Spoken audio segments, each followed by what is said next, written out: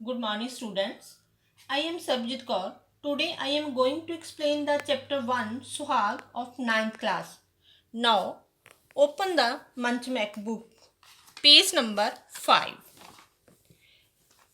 देखो बच्चे सुहाग इकांगी ईश्वर चंद्र नंदा ਦੀ ਲਿਖੀ ਹੋਈ ਹੈ। ਇਸ ਇਕਾਂਗੀ ਵਿੱਚ ਜਿਹੜੇ ਪਾਤਰ ਆਏ ਨੇ ਲਾਜੋ ਜੋ 6-7 ਸਾਲਾਂ ਦੀ ਕੁੜੀ ਹੈ, ਮੇਲੋ ਇਹਦੀ ਵੱਡੀ ਭੈਣ ਹੈ ਜੋ 17-18 ਸਾਲਾਂ ਦੀ ਹੈ, ਹੁਸ਼ਿਆਰਚੰਦ ਲਾਜੋ ਤੇ ਮੇਲੋ ਦਾ ਪਿਓ ਹੈ, ਕੌਰਾਂ ਇਹਨਾਂ ਦੀ ਮਾਂ ਹੈ, ਬਸੰਤੋ ਮੇਲੋ ਦੀ ਸਹੇਲੀ ਹੈ। ਇਸ ਤੋਂ ਇਲਾਵਾ ਇਸ ਇਕਾਂਗੀ ਵਿੱਚ ਇੱਕ ਬੁੱਢੀ ਜਨਾਨੀ, ਇੱਕ ਨੈਣ, ਇੱਕ ਨਿੱਕਾ ਜਿਹਾ ਮੁੰਡਾ ਤੇ ਇੱਕ ਪਾਂਦਾ ਆਉਂਦੇ ਹਨ। ਇਹ ਸਾਰੀ ਇਕਾਂਗੀ ਪੰਜਾਬ ਦੇ ਇੱਕ ਪਿੰਡ ਵਿੱਚ ਰਚੀ ਗਈ ਹੈ।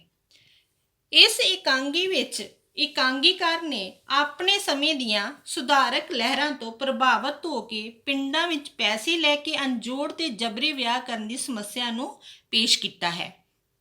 ਇਕਾਂਗੀ ਵਿੱਚ ਅਸੀਂ ਦੇਖਦੇ ਹਾਂ ਕਿ ਹੁਸ਼ਿਆਰਚੰਦ ਅਤੇ ਕੌਰਾਂ ਪਤੀ ਪਤਨੀ ਹਨ।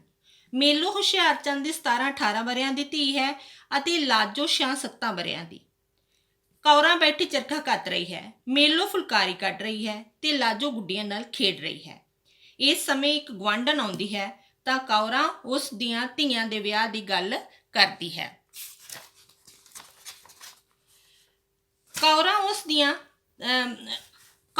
ਧੀਆਂ ਦੀ ਵਿਆਹ ਦੀ ਗੱਲ ਕਰਦੀ ਹੈ ਤੇ ਇਸ ਗੱਲ ਤੇ ਦੁੱਖ ਪ੍ਰਗਟ ਕਰਦੀ ਹੈ ਕਿ ਅੱਜ ਕੱਲ੍ਹ ਕੁੜੀਆਂ ਨੂੰ ਲੋਕ ਛੋਟੀ ਉਮਰ ਵਿੱਚ ਨਹੀਂ ਸਗੋਂ 17-18 ਵਰ੍ਹਿਆਂ ਦੀ ਹੋਣ ਤੇ ਵਿਆਹੁੰਦੇ ਹਨ। ਬੁੱਢੀ ਉਸ ਦੀ ਗੱਲ ਦੀ ਸਹਿਮਤੀ ਪ੍ਰਗਟ ਕਰਦਿਆਂ ਕਹਿੰਦੀ ਹੈ ਕਿ ਇਹ ਸਾਰਾ ਕੀੜਾ ਮਰਦਾਂ ਦੇ ਦਿਮਾਗ ਦਾ ਹੈ ਕਿਉਂਕਿ ਉਹ ਔਰਤਾਂ ਦੀ ਗੱਲ ਨਹੀਂ ਮੰਨਦੇ। ਕੌਰਾਂ ਦੱਸਦੀ ਹੈ ਕਿ ਉਸ ਦੀ ਧੀ ਮੇਲੋ ਨੂੰ ਵੀ 18ਵਾਂ ਸਾਲ ਚੜ੍ਹਨ ਵਾਲਾ ਹੈ ਪਰ ਉਸ ਦਾ ਪਿਓ ਅਜੇ ਤੱਕ ਕੇਸਲ ਮਾਰੀ ਬੈਠਾ ਹੈ। ਬੁੱਢੀ ਉਸ ਨੂੰ ਕਹਿੰਦੀ ਹੈ ਕਿ ਉਹ ਜ਼ੋਰ ਪਾ ਕੇ ਉਸ ਨੂੰ ਕਹੇ ਤਾਂ ਉਹ ਜ਼ਰੂਰ ਧਿਆਨ ਦੇਵੇਗਾ। ਇਹ ਕਹਿ ਕੇ ਬੁੱਢੀ ਚਲੇ ਜਾਂਦੀ ਹੈ ਅਤੇ ਹੁਸ਼ਿਆਰਚੰਦ ਆ ਜਾਂਦਾ ਹੈ। ਕੌਰਾਂ ਹੁਸ਼ਿਆਰਚੰਦ ਨੂੰ ਕਹਿੰਦੀ ਹੈ ਕਿ ਮੇਲੋ ਦੇ ਸਾਕ ਬਾਰੇ ਰਾਜੇ ਨੂੰ ਜੰਡਪੁਰੇ ਭੇਜਿਆ ਸੀ, ਉੱਥੋਂ ਕੀ ਪਤਾ ਆਇਆ ਕਿਉਂਕਿ ਤੇ ਹੁਸ਼ਿਆਰਚੰਦ ਉਸ ਨੂੰ ਕਹਿੰਦਾ ਹੈ ਕਿ ਉਹ ਕੰਮ ਬਣ ਗਿਆ ਹੈ, ਕਿ ਉਹ ਰਿਸ਼ਤਾ ਜਿਹੜਾ ਆ ਉਹ ਪੱਕਾ ਹੋ ਗਿਆ। ਕੌਰਾਂ ਹੁਸ਼ਿਆਰਚੰਦ ਕੋਲੋਂ ਉਸ ਮੁੰਡੇ ਬਾਰੇ ਪੁੱਛਣਾ ਚਾਹੁੰਦੀ ਹੈ ਪਰ ਹੁਸ਼ਿਆਰਚੰਦ ਉਸ ਨੂੰ ਕਹਿੰਦਾ ਹੈ ਕਿ ਉਹ ਕਿਸੇ ਬਹਾਨੇ ਮੇਲੋ ਨੂੰ ਬਾਹਰ ਭੇਜ ਦੇਵੇ। ਮੇਲੋ ਪੰਡਤਾਨੀ ਨੂੰ ਸੱਦਣ ਵਾਸਤੇ ਬਾਹਰ ਚਲੇ ਜਾਂਦੀ ਹੈ ਤੇ ਹੁਸ਼ਿਆਰਚੰਦ ਉਸ ਨੂੰ ਦੱਸਦਾ ਹੈ ਕਿ ਉਹ ਮੁੰਡਾ ਦਹਾਜੂ ਹੈ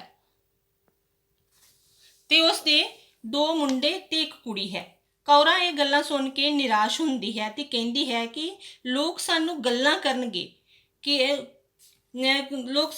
ਕਰਨਗੇ ਕਿ ਕੁੜੀ ਇੱਕ ਦਹਾਜੂ ਨਾਲ ਵਿਆਹ ਕਰ ਦਿੱਤੀ ਹੈ। ਪਰ ਹੁਸ਼ਿਆਰਚੰਦ ਉਸ ਨੂੰ ਕਹਿੰਦਾ ਹੈ ਕਿ ਮੁੰਡਾ ਕਚਹਿਰੀ ਵਿੱਚ ਨਾਜ਼ਰ ਲੱਗਾ ਹੋਇਆ ਹੈ, ਚੰਗੇ ਖਾਂਦੇ ਪੀਂਦੇ ਘਰ ਦਾ ਹੈ। ਇੰਨੇ ਨੂੰ ਬਾਹਰੋਂ ਇੱਕ ਨੈਣ ਆ ਜਾਂਦੀ ਹੈ ਤੇ ਉਹ ਉਹਨਾਂ ਦੇ ਘਰ ਭਾਜੀ ਦੇਣ ਵਾਸਤੇ ਆਉਂਦੀ ਹੈ। ਕੌਰਾਂ ਉਸ ਨਾਲ ਮੇਲੋ ਦੇ ਵਿਆਹ ਦੀ ਗੱਲ ਛੇੜਦੀ ਹੈ ਕਿਉਂਕਿ ਉਸ ਨੂੰ ਪਤਾ ਹੈ ਕਿ ਉਹ ਨੈਣ ਦਾ ਪਿੰਡ ਵੀ ਜੰਡਪੁਰੇ ਦੇ ਲਾਗੇ ਹੀ ਹੈ। ਜਦੋਂ ਮੇਲੋ ਕੌਰਾਂ ਉਸ ਨੂੰ ਦੱਸਦੀ ਹੈ ਤਾਂ ਨੈਣ ਦੱਸਦੀ ਹੈ ਕਿ ਉਹ ਉਸ ਪਰਿਵਾਰ ਨੂੰ ਜਾਣਦੀ ਹੈ, ਉਹ ਉਸ ਦੇ ਪੇਕਿਆਂ ਦੇ ਪਿੰਡ ਦੇ ਕੋਲ ਹੀ ਹੈ। ਉਸ ਨੇ ਦੱਸਿਆ ਕਿ ਜਿਹੜਾ ਉਹਨਾਂ ਨੇ ਵਰ ਲੱਭਿਆ ਹੈ ਉਹ ਮੁੰਡਾ ਪੈਨਸ਼ਨ ਪਾ ਚੁੱਕਾ ਹੈ। ਉਸ ਦੇ 2 ਮੁੰਡੇ ਨੌਕਰ ਹਨ ਅਤੇ ਇੱਕ ਧੀ ਦਾ ਵਿਆਹ ਪਿਛਲੇ ਸਾਲ ਹੋ ਚੁੱਕਾ ਹੈ। ਇਹ ਸੁਣ ਕੇ ਕੌਰਾਂ ਬਹੁਤ ਦੁਖੀ ਹੁੰਦੀ ਹੈ ਅਤੇ ਹੁਸ਼ਿਆਰਚੰਦ ਨੂੰ ਕਹਿੰਦੀ ਹੈ ਕਿ ਮੈਂ ਇਹ ਅਜੇ ਦਿਹਾਜੂ ਦੇ ਘਰ ਆਪਣੀ ਧੀ ਨਹੀਂ ਵਿਆਹੁਣੀ, ਮੈਂ ਆਪਣੀ ਮੋਰਨੀ ਵਰਗੀ ਧੀ ਬੁੱਢੇ ਦੇ ਲੜ ਨਹੀਂ ਲਾਉਣੀ। ਇਹ ਸੁਣ ਕੇ ਹੁਸ਼ਿਆਰਚੰਦ ਖਫਾ ਹੁੰਦਾ ਹੈ। ਉਹ ਕੌਰਾਂ ਦੀ ਰਤਾ ਪਰਵਾਹ ਨਹੀਂ ਕਰਦਾ ਤੇ ਉਸ ਨੂੰ ਕਹਿੰਦਾ ਹੈ ਕਿ ਉਸਨੇ ਵਿਆਹ ਦੀਆਂ ਸਾਰੀਆਂ ਤਿਆਰੀਆਂ ਕੀਤੀਆਂ ਹੋਈਆਂ ਹਨ ਤੇ ਅੱਜ ਰਾਤ ਹੀ ਲਾਵਾਂ ਹੋ ਜਾਣੀਆਂ ਹਨ।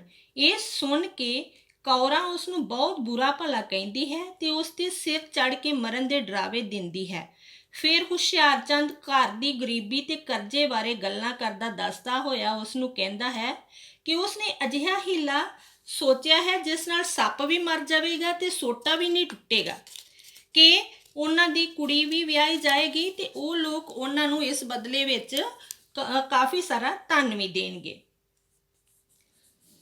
ਇਹ ਸੁਣ ਕੇ ਫਿਰ ਉਹ ਕੌਰਾਂ ਨੂੰ ਕੋਠੜੀ ਦੇ ਅੰਦਰੋਂ ਰੁਪਈਆਂ ਦੀ ਥੈਲੀ ਲਿਆ ਕੇ ਵਿਖਾਉਂਦਾ ਹੈ, ਜੋ ਉਸ ਨੂੰ ਕੁੜੀ ਦੇ ਵਿਆਹ ਬਦਲੇ ਜੰਡਪੁਰਿਓਂ ਮਿਲੀ ਸੀ।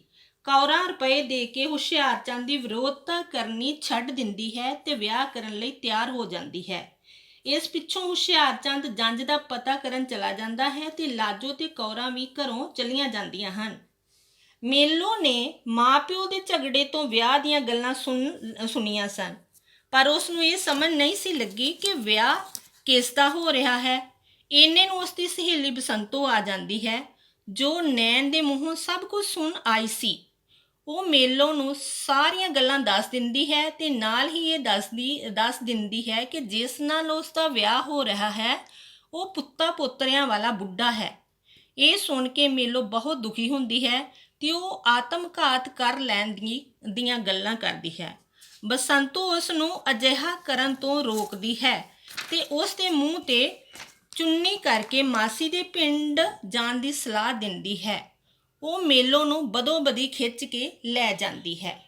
ਫਿਰ ਹੁਸ਼ਿਆਰਚੰਦ ਆ ਜਾਂਦਾ ਹੈ ਤੇ ਉਹ ਕੌਰਾਂ ਨੂੰ ਦੱਸਦਾ ਹੈ ਕਿ ਜੰਝ ਆ ਗਈ ਹੈ। ਕੌਰਾਂ ਸੰਦੂਕ ਵਿੱਚੋਂ ਲਾਲ ਸਾਲੂ ਮੀਨਸ ਸ਼ਾਲ ਕੱਢ ਕੇ ਆਪਣੇ ਉੱਪਰ ਲੈ ਲੈਂਦੀ ਹੈ। ਇੰਨੇ ਨੂੰ ਪਾਂਧਾ ਆ ਕੇ ਉਸ ਨੂੰ ਕਹਿੰਦਾ ਹੈ ਕਿ ਉਹ ਜਲਦੀ ਕਰਨ। ਹੁਸ਼ਿਆਰਚੰਦ ਕੌਰਾਂ ਨੂੰ ਕਹਿੰਦਾ ਹੈ ਕਿ ਉਹ ਜਲਦੀ ਕੁੜੀ ਨੂੰ ਤਿਆਰ ਕਰੇ। ਕੌਰਾਂ ਮੇਲੋ ਨੂੰ ਘਰ ਦੇ ਅੰਦਰ ਬਾਹਰ ਲੱਭਦੀ ਹੈ, ਪਰ ਉਹ ਉਸ ਨੂੰ ਕਿਧਰੇ ਨਹੀਂ ਦਿਸਦੀ। ਉਹ ਬੜੀ ਹੈਰਾਨ ਤੇ ਪਰੇਸ਼ਾਨ ਹੁੰਦੀ ਹੈ। ਹੁਸ਼ਿਆਰਚੰਦ ਕੌਰਾਂ ਨੂੰ ਮੰਦਾ ਚੰਗਾ ਬੋਲਦਾ ਹੈ, ਪਰ ਬਾਹਰ ਪਾਂਧਾ ਆਵਾਜ਼ਾਂ ਮਾਰਦਾ ਹੈ। ਹੁਸ਼ਿਆਰਚੰਦ ਤੇ ਕੌਰਾਂ ਬੜੇ ਪਰੇਸ਼ਾਨ ਹੁੰਦੇ ਹਨ। ਕੌਰਾਂ ਮੇਲੋ ਨੂੰ ਘਰੋਂ ਨੱਸ ਗਈ ਸਮਝ ਕੇ ਬੁਰਾ ਭਲਾ ਕਹਿੰਦੀ ਹੈ।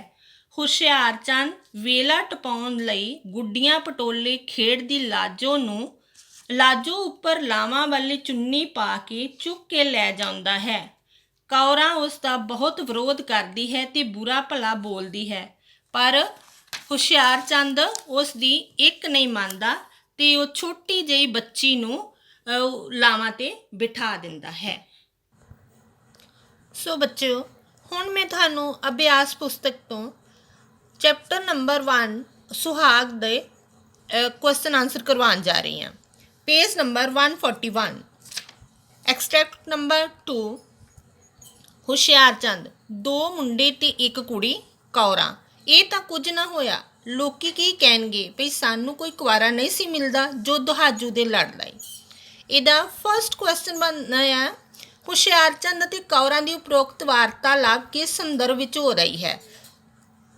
ਇਹਦਾ ਆਨਸਰ ਹੈ ਕਿ ਹੁਸ਼ਿਆਰਚੰਦ ਅਤੇ ਕੌਰਾਂ ਦੀ ਉਪਰੋਕਤ ਵਾਰਤਾਲਾਪ ਮੇਲੋ ਦੇ ਵਿਆਹ ਦੇ ਸੰਦਰਭ ਵਿੱਚ ਹੋ ਰਹੀ ਹੈ, ਕਿਉਂਕਿ ਜਦੋਂ ਕੌਰਾਂ ਨੂੰ ਪਤਾ ਲੱਗਦਾ ਹੈ ਕਿ ਜੰਡਪੁਰੇ ਵਾਲਾ ਮੁੰਡਾ ਦੁਹਾਜੂ ਹੈ ਤੇ ਉਸ ਦੇ 2 ਮੁੰਡੇ ਤੇ 1 ਕੁੜੀ ਹੈ, ਤਾਂ ਉਹ ਇਹ ਸੁਣ ਕੇ ਹੁਸ਼ਿਆਰਚੰਦ ਨੂੰ ਉਪਰੋਕਤ ਸ਼ਬਦ ਕਹਿੰਦੀ ਹੈ।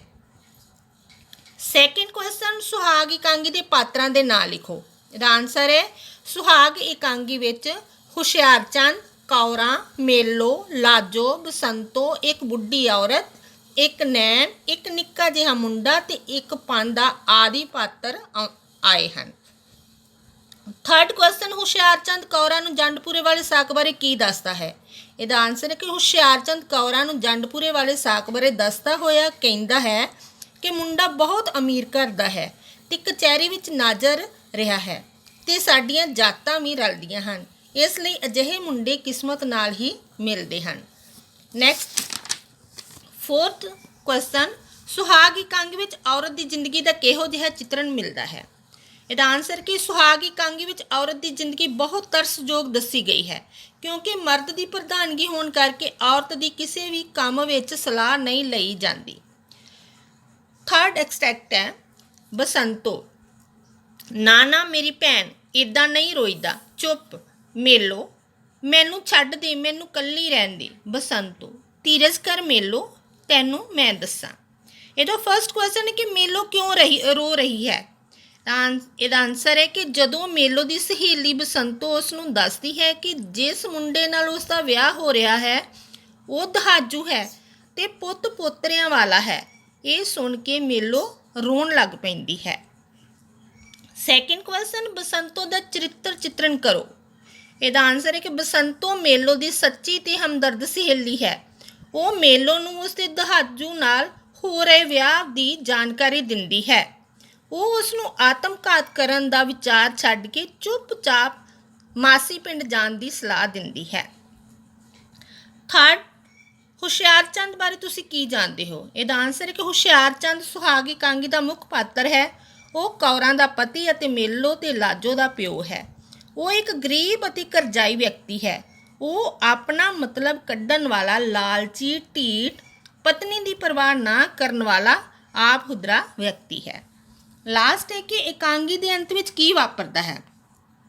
ਇਹਦਾ ਆਨਸਰ ਹੈ ਕਿ ਇਕਾਂਗੀ ਦੇ ਅੰਤ ਵਿੱਚ ਜਦੋਂ ਮੇਲੋ ਆਪਣੀ ਸਹੇਲੀ ਦੇ ਕਹਿਣ 'ਤੇ ਘਰੋਂ ਭੱਜ ਕੇ ਮਾਸੀ ਪਿੰਡ ਚਲੀ ਜਾਂਦੀ ਹੈ ਤਾਂ ਉਸ ਦਾ ਪਿਤਾ ਉਸ ਦੀ ਛੋਟੀ ਭੈਣ ਲਾਜੋ, ਜੋ ਕਿ ਅਜੇ ਗੁੱਡੀਆਂ ਪਟੋਲਿਆਂ ਨਾਲ ਖੇਡ ਰਹੀ ਹੁੰਦੀ ਹੈ, ਉਸ ਦੇ ਸਿਰ 'ਤੇ ਲਾਵਾਂ ਵਾਲੀ ਚੁੰਨੀ ਪਾ ਕੇ ਲੈ ਜਾਂਦਾ ਹੈ ਤੇ ਉਸ ਨੂੰ ਲਾਵਾਂ 'ਤੇ ਬਿਠਾ ਦਿੰਦਾ ਹੈ। ਕੌਰਾਂ ਉਸ ਦਾ ਬਹੁਤ ਵਿਰੋਧ ਕਰਦੀ ਹੈ ਪਰ ਉਹ ਉਸ ਦੀ ਇੱਕ ਨਹੀਂ ਮੰਨਦਾ। ਸੋ ਬੱਚਿਓ, ਇਹ ਸਾਰੇ ਕੁਐਸਚਨ ਆਨਸਰ ਤੁਸੀਂ ਵਰਕਬੁੱਕ 'ਤੇ ਲਿਖਣੇ ਵੀ ਹੈ ਤੇ ਯਾਦ ਵੀ ਕਰਨੇ ਆ। Thank you.